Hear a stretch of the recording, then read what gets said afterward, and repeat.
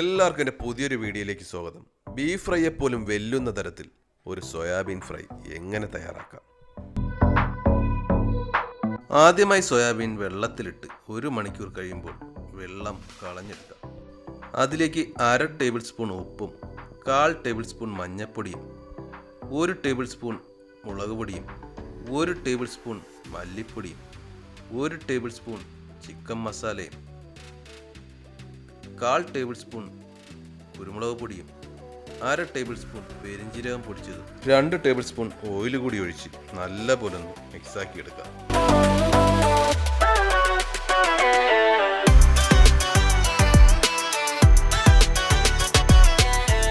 ഇനി ഒരു പാൻ വെച്ചതിന് ശേഷം അതിലേക്ക് ഫ്രൈ ചെയ്യുന്നതിനായുള്ള ഓയിൽ ഒഴിച്ചു കൊടുക്കാം.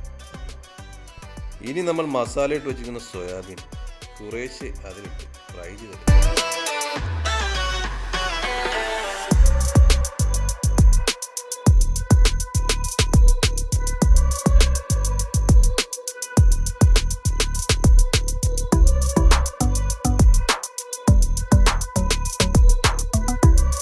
സോയാബീൻ ഫ്രൈ ആയി വരുമ്പോൾ അതിനെ കോരി ഒരു പാത്രത്തിലേക്ക് മാറ്റാം.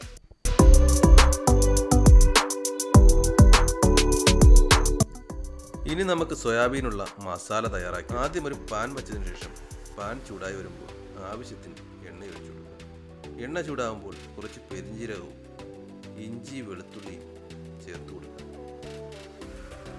ഇഞ്ചി വെളുത്തുള്ളിയുടെ പച്ചപ്പൊക്കെ മാറി വരുമ്പോൾ ഇനി ഇതിലേക്ക് 4 പച്ചമുളകും 2 സവാളയും കൂടി ചേർത്ത് കൊടുക്കും.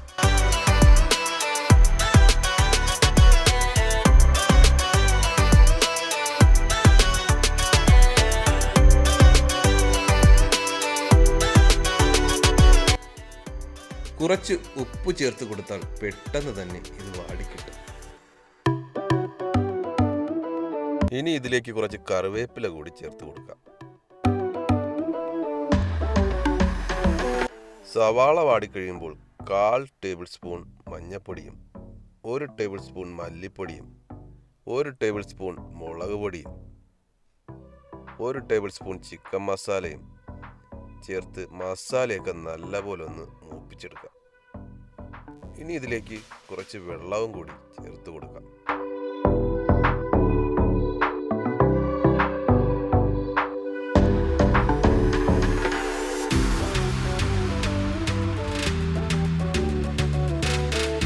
മസാല ഒന്ന് തിളച്ച് വരുമ്പോൾ അതിലേക്ക് ഫ്രൈ ചെയ്ത് വെച്ചിരിക്കുന്ന സോയാബീൻ കൂടി ചേർത്ത് കൊടുക്കാം.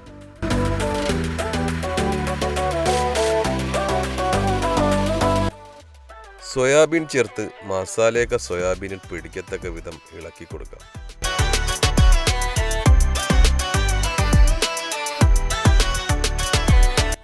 ഇനി ഇതിലേക്ക് 1 ടേബിൾ സ്പൂൺ പെരിഞ്ജീരകം പൊടിച്ചതും 1 ടേബിൾ സ്പൂൺ കുരുമുളക് പൊടിയും കൂടി ചേർത്ത് നല്ല പോലെ ഒന്ന് ഇളക്കിയെടുക്കാം.